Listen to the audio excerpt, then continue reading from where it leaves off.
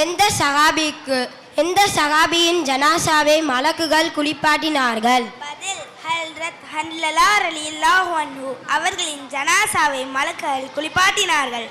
கேள்வி: எந்த சஹாபிக்கு இறைத்தூதரின் கவிஞர் என்று கூறப்பட்டது?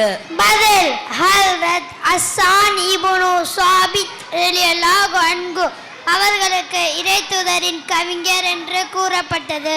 கேள்வி: எந்த சஹாபிக்கு சமுதாயத்தின் நம்பிக்கைக்குரியவர் என்று நபிகளால் கூறினார்கள்? பதில் ஹல்ரத் அபூ உபைதா இப்னு ஜர்ராஹ் ரலியல்லாஹு அன்ஹு அவர்களுக்கு.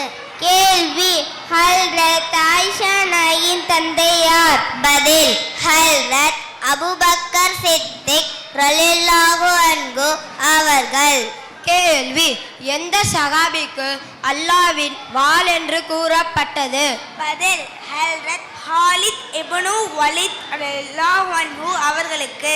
கேள்வி: எந்த சஹாபியின் பெயர் குர்ஆனில் இடம்பெற்றுள்ளது?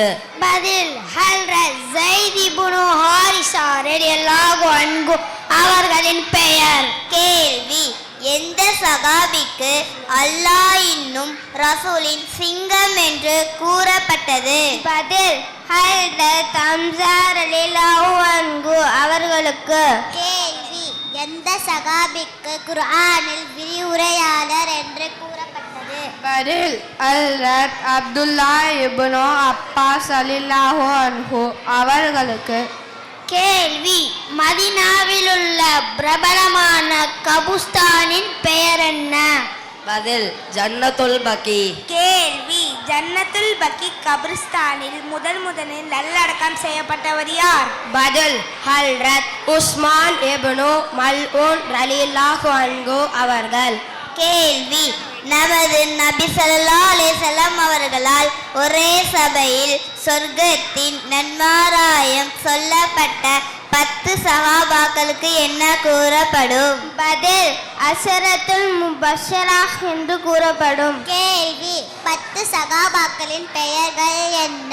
பதில் 10 சஹாபாக்களின் பெயர்கள்: 1 அபூபக்கர் சித்திக் ரலியல்லாஹு அன்ஹு, 2 உமர் ரலியல்லாஹு அன்ஹு, 3 உஸ்மான் ரலியல்லாஹு அன்ஹு, 4 அலி ரலியல்லாஹு அன்ஹு, 5 ஜுபைர் ரலியல்லாஹு அன்ஹு, 6 அப்துர் ரஹ்மான் ரலியல்லாஹு அன்ஹு, 7 சயீத் ரலியல்லாஹு அன்ஹு, 8 சஅத் ரலியல்லாஹு அன்ஹு, 9 தல்ஹா ரலியல்லாஹு அன்ஹு, 10 அபூ உபைதா ரலியல்லாஹு அன்ஹு.